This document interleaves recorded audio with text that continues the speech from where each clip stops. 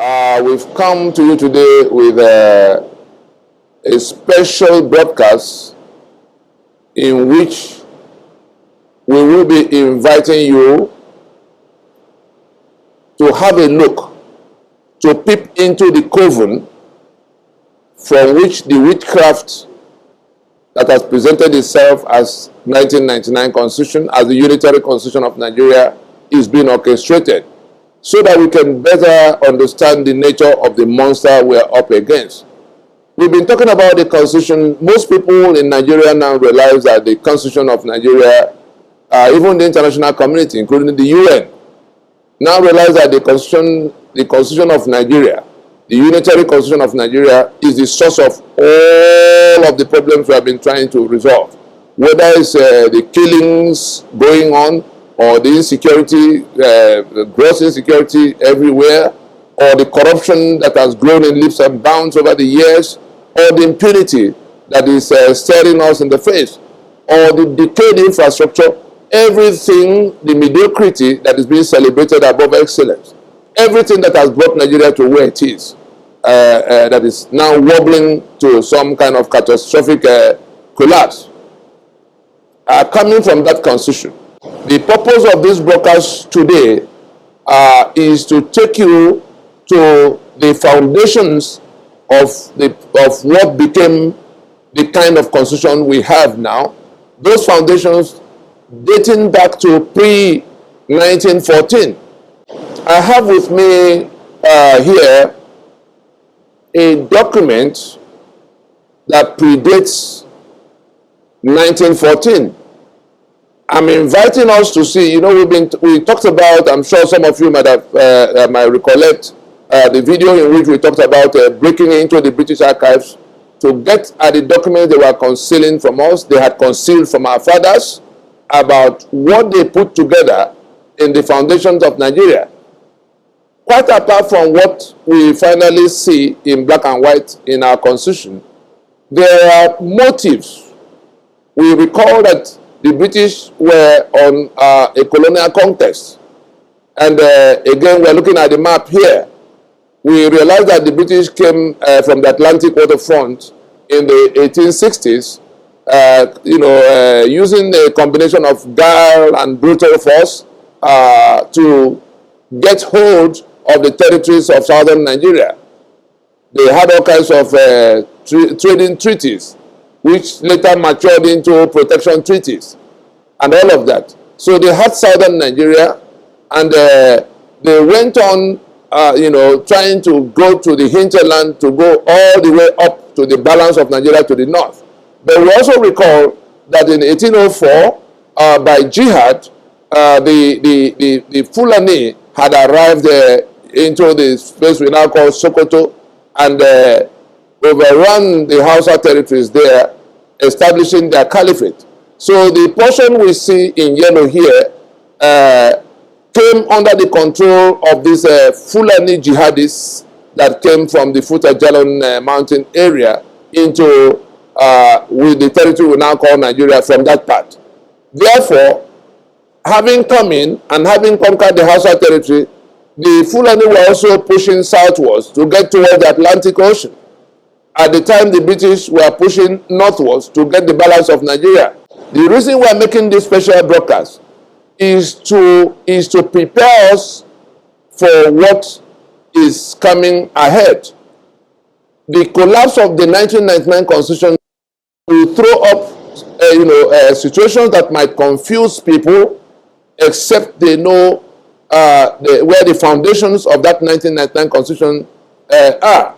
The document I have with me here covers the period preceding the 1914.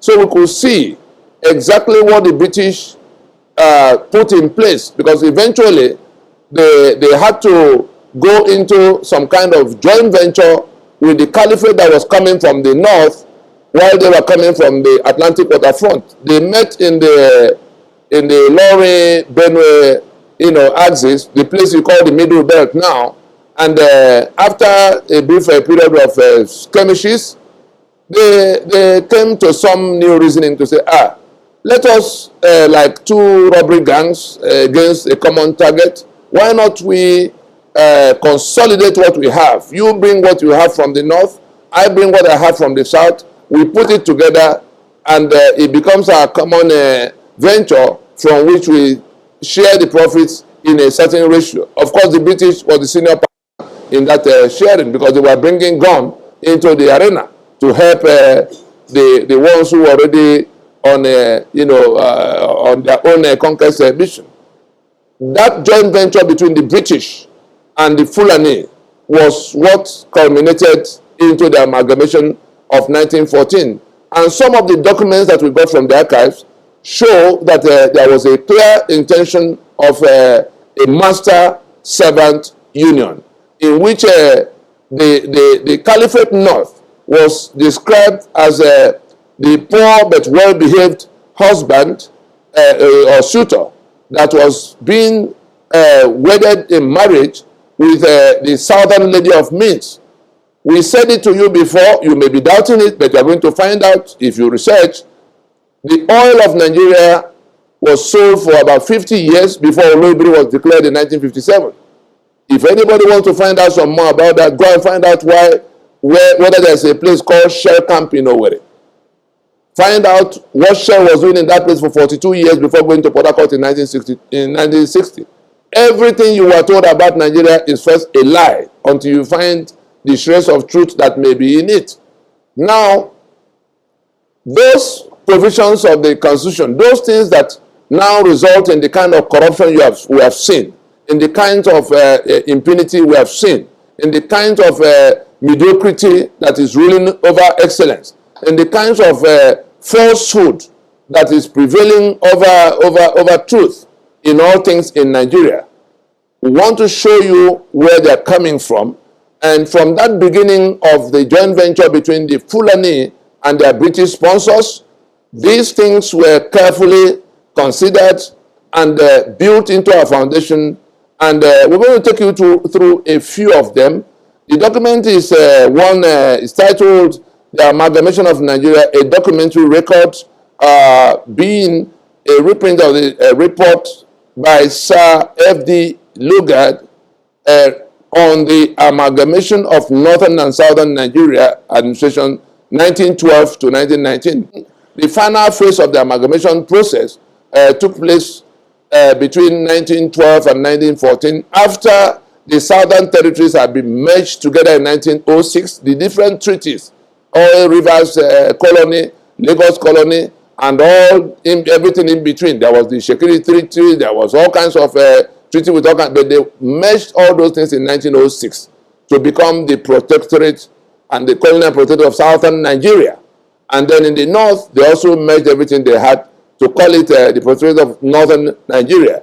Now, the question of making one country, one political union, out of all of those, out of these two, was what happened in 19 to now merge that southern protectorate to the northern protectorate, because the administrative cost of managing the north was something the northern the finances they were able to raise there could not cope with.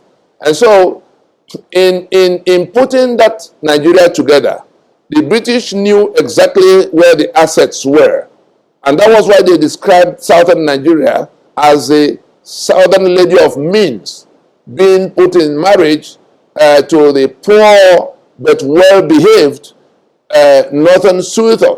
That well-behaved was simply a question of being able, being willing to adopt the overlordship, to accept the British, who were also feudalists. Both of them were feudalists, but the British had more guns and could actually conquer them. But because the British also wanted to use them to hold the entire territory together, the joint venture between them was then one in which the British had to put them in charge. What were the things that had to be done to put these people who were obviously backward from the peoples of the South and most of Middle Belt, whom the British, throughout this document, described as the natives? Let us note the words, because we're going to hear the word native, throughout what I'll be reading out.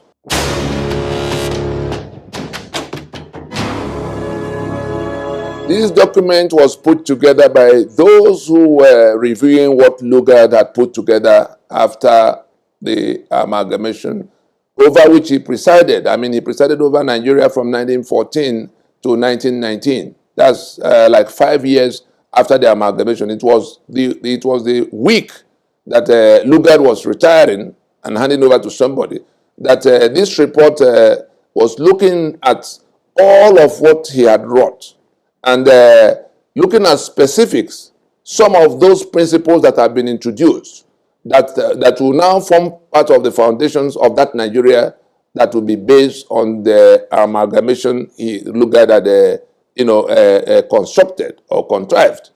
Now, we hear about the Nigerian system all the time when people say, oh, Niger, because it's just a euphemism for things that are being done upside down. You know, if we recall a few years back, when somebody does something that is abnormal, people just dismiss it as the way Nigerians do their things.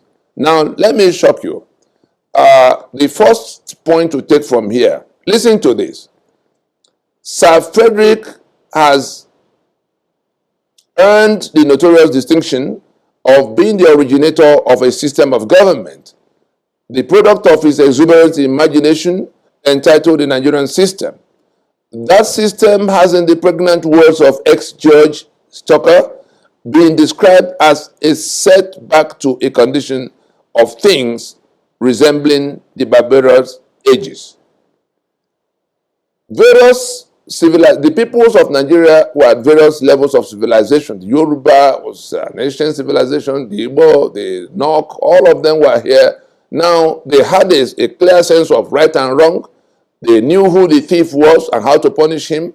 They knew who the men of truth were in the community. The Igbo had the Ozo, and they had their ways of managing their affairs. But this system that Lugard brought here was described as a setback to condition of things that resembled barbarous ages. We had gone far past all those things that were now brought first back to our space so that we can begin to do things up. It was just a system that put things upside down. Upside down. Everything you knew, if you thought the truth would be encouraged and celebrated in a society, it put falsehood that will be rewarded and truth to be punished. If you thought hard work and excellence was to be encouraged and rewarded, no, it was laziness and mediocrity. You don't everything that we held sacrosanct were almost rendered abominable by what Lugard brought.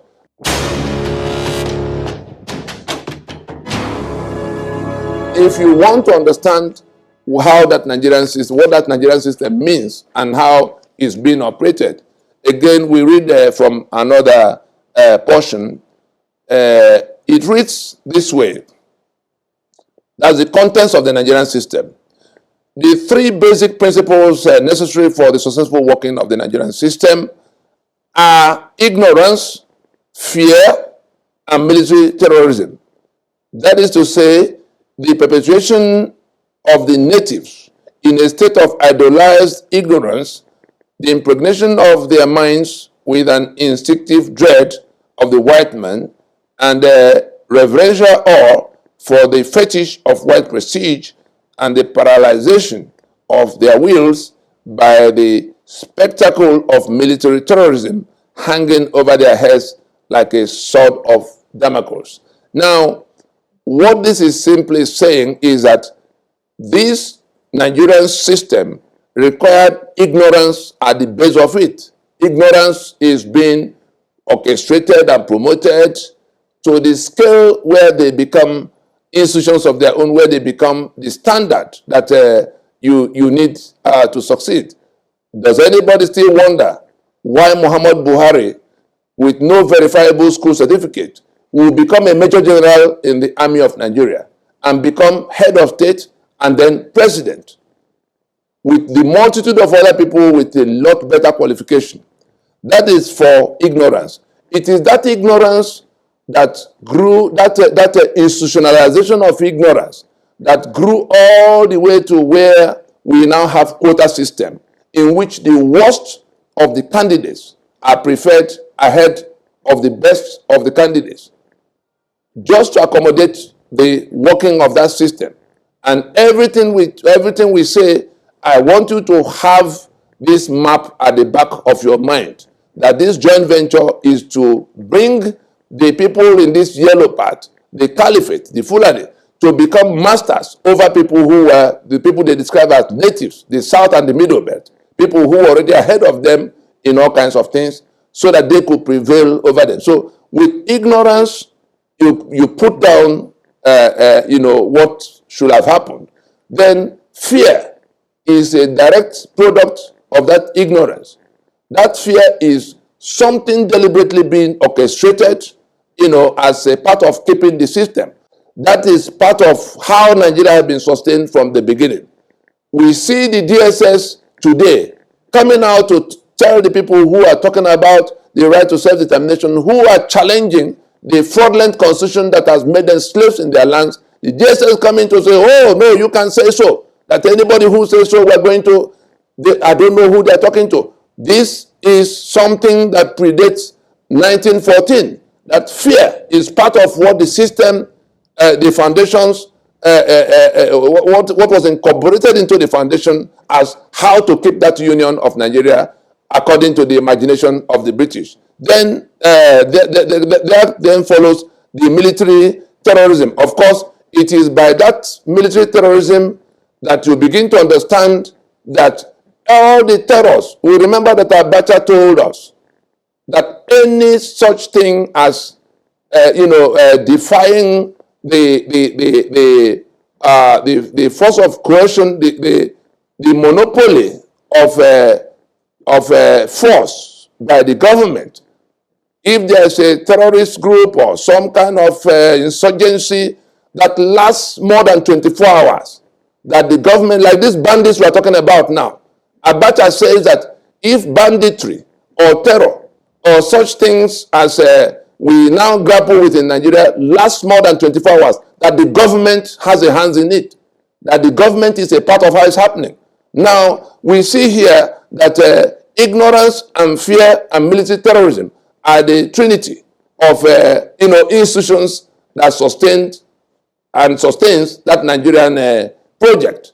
And so the government is the terror. That is what we are being told here in this document. Abacha confirmed it without intending. I'm sure Abacha never saw this document, but he was telling us as one who was in the saddle that government is in a position to know. And we have seen, if Gumi knows where the terrorists are, the government knows where Gumi is, but the government forces cannot find the terrorists. Government is the terror. We've seen Southern Kaduna. We've seen what's happening all over the place, with no single apprehension of the multitudes of people who have been going in the name of herdsmen, killing people all over the place. So we are showing you that before 1914, it was the intention of those who put Nigeria together, the British and their caliphate friends, their Sokoto friends, the Fulani, to have government be the terror in the background. So whether it's armed robbery, you suffer, go and check the robbery gang. You will find one police chief that is part of how it's happening, which is why they are not. The day they kill policemen, you will suddenly see, they'll find out who the robbery gang is. So government is the terror. The reason you cannot run to government and find relief when you are under siege, whether it's kidnappers that are laying the siege, or the robbers, or the bandits, government is the terror. It didn't start yesterday, but it's now been brought to manifestation on a scale that everybody needs to know. And part of what we have to make our people know is that these are the pillars of the provisions that came into the constitution we have on the table now. It didn't start in 1999, it didn't start in 1979, it didn't start in 1963, it didn't even start in 1960. It goes all the way back to 1914.